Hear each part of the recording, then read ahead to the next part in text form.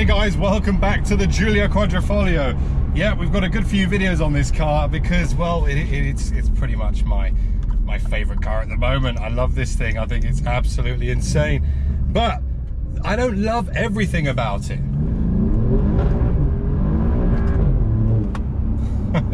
As we snake down the road in race mode.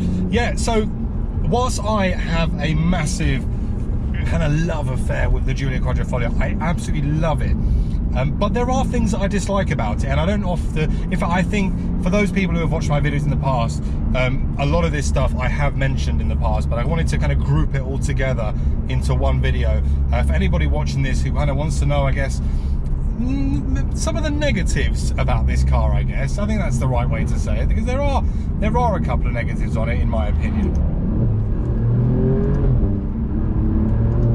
The first one is, for me, race mode. I think race mode is a negative because you need to be a flipping Formula 1 driver to really get the most out of race mode. And I think the problem with this car, the problem with the Giulia Quadrifoglio, is that because it is such a highly strung,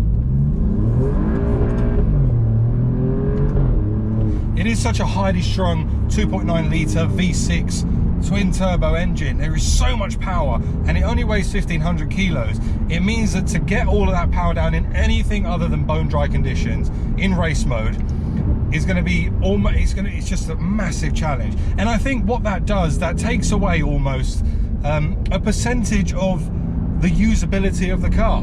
So I think for me that's a little bit of a negative, whereas a four-wheel drive platform, you could be on it 100% of the time and have fully inspired confidence that you can really punch this and get the most out of it. Now, a really good example is the Stelvio Quadrifoglio.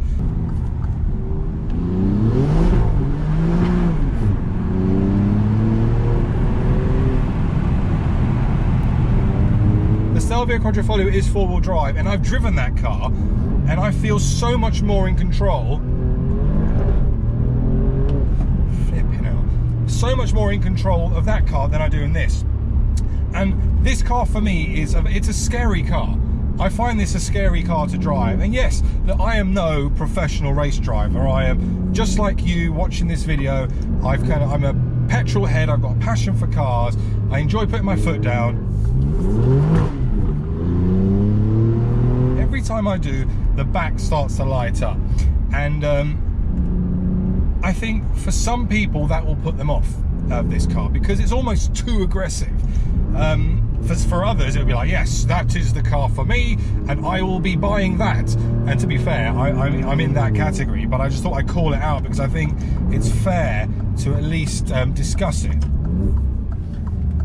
The other one, as you can hear, you're probably hearing some nice exhaust noise.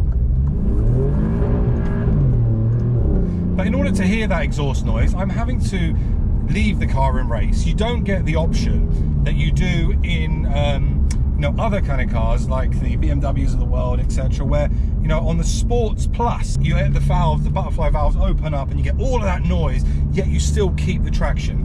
With this car in dynamic, yes, you get some noise, but you don't get the full, you know, I mean, listen to this. You don't get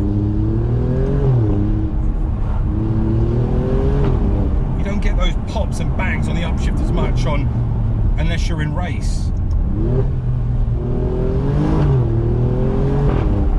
And that's the thing with this car, is that, you know, there's an argument to say that, you know, yes, I know that people now can do an exhaust modification, just turn it on a button, but I think that's a massive oversight that should have been taken into account from the moment this car left the factory. And I know what the Italians are like. They're like, yeah, but you know, you drive fast and you go on the Bellocco. And I get that, I really do. But I think that for a lot of people, it will just scare the absolute hell out of them, as it does with me. You know, fortunately, I've driven a lot of rear-wheel drive high-powered cars to have a bit of an understanding as to how, you know, one of these cars will kind of behave. But for the person who doesn't, the person who doesn't is just going to have a field day. It's like they're going to be driving on ice.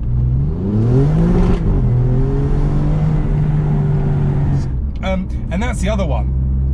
is the tyres that come on this car. Corsa tyres. I'm not really a fan of them for a number of reasons. One, they take forever to get the temperature to them. Once you get temperature in, actually, you do start to get a lot of grip. And in fact, once there's heat in those tyres, they do exactly what they say on the tin. They will put your foot down, you can... just like that. I've been driving this now for, I'd say, the best part of an hour, because I've made a number of videos leading up to this point, and I've been putting my foot down a bit, and now I feel that there's some heat in there. It's not sliding as much because the road is starting to dry out and the tyres are warm. So unless you are driving long distances, and for a lot of people, they'll use this as a daily car, which means that when you get in the car in the morning, first thing, when the temperature's cold and it's damp, it's like you're on an ice rink, so you've got to be mindful. So I think for me, but that's something that you can kind of fix quite easily. It's something I dislike, but you can fix it. Just get some Michelin, Pilot Sport 4s or something on this, and then you're winning. The other thing that I'm not really so much of a fan on, and I've touched on it in other videos, so a bit of a repetition here, so I'm sorry guys, but is the I guess the infotainment system for me is outdated. It doesn't really do anything for me. The center console for me, again, is a little bit, not so much of a letdown, it's just a bit of an oversight from Alfa. The other things that I don't like about this car, I don't necessarily like the fact that on a full lock you get this horrible juddery noise, and a lot of that noise is driven by cold tyres and the way the steering is set up. I think a lot of people, in fact Alfa Romeo, have had a number of, not complaints, they've had a number of questions to their service department saying, guys, my car is broken, like when I'm turning it's just juddering. It almost feels like it's jumping on the axles, but it's not. It's just, unfortunately, it's just the tyres, they almost feel like they're going to pop off the wheel. That's the kind of feeling that you get. I'm going to nip over to an area where I can kind of give you a bit more of a, what that kind of feels like.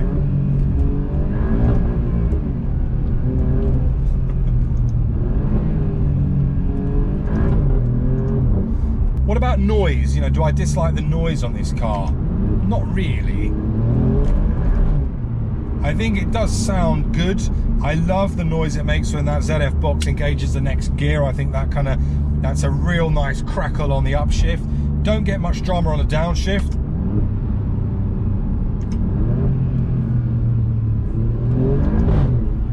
No, on the downshift you don't get much. On the upshift it's an event, I'll tell you that.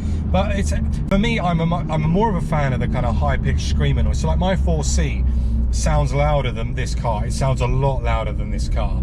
And I don't know why. I'm not very technical, but I can tell you that I don't dislike the sound of the Giulia, but I do feel that it would I don't know, it would sound a little bit nice if it was a little bit higher pitched, but I'm nitpicking now. Right, okay, so I've got to a little car park area, and what I want to do is I want to see if I can capture it at the same time so you can see. I'm going to put this down there, see if you can see the wheel. Take a look at this.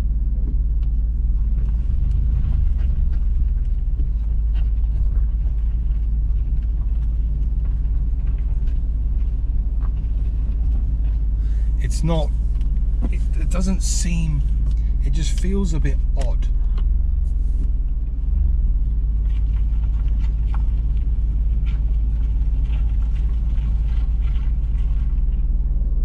Actually, do you know what? It's not doing it now. That's embarrassing. So what I think this is, in fact, what I'm now certain of, I'm certain that this juddery thing only happens when the car is cold or the tyres are cold. So I guess it doesn't annoy me as much anymore. Anyway. But for everything that, yes, no car I think is perfect, and I've made this video and I'm very much nitpicking because I love this thing, and all the things that I've talked about, most of those things are resolvable. In fact, they're only little niggles. Then there's no real showstopper in here that would stop me wanting to buy one of these. Like the exhaust you can fix, the tires you just need to warm up, or you can just change them. I guess you can't fix the fact that this car makes you feel like you're kind of trying to tame a lion, but I guess that adds to the excitement as well. So what do you think? Do you think that some of my points are valid, or do you think I'm just being really over the top and nitpicking? Because I'd be keen to see your thoughts, because ultimately when you own one of these are things that you'll have to live with daily. So I think it's worthwhile at least kind of pointing them out. But anyway, I hope you've enjoyed that quick video, guys. Again, very much nitpicking, but some things I wanted to point across here, because I've driven a number of these now, and I hope you've enjoyed it. I hope you find it valuable. But please, if you want a Giulia Quadrifoglio, they are incredible cars. And if you haven't driven one, I suggest you go to your local dealer and say, I need to drive one of these, if they let you. But anyway, my name is Stef. You guys have been awesome. Thank you so much for watching. I will see you all very soon on the next one. Thank you. Bye bye.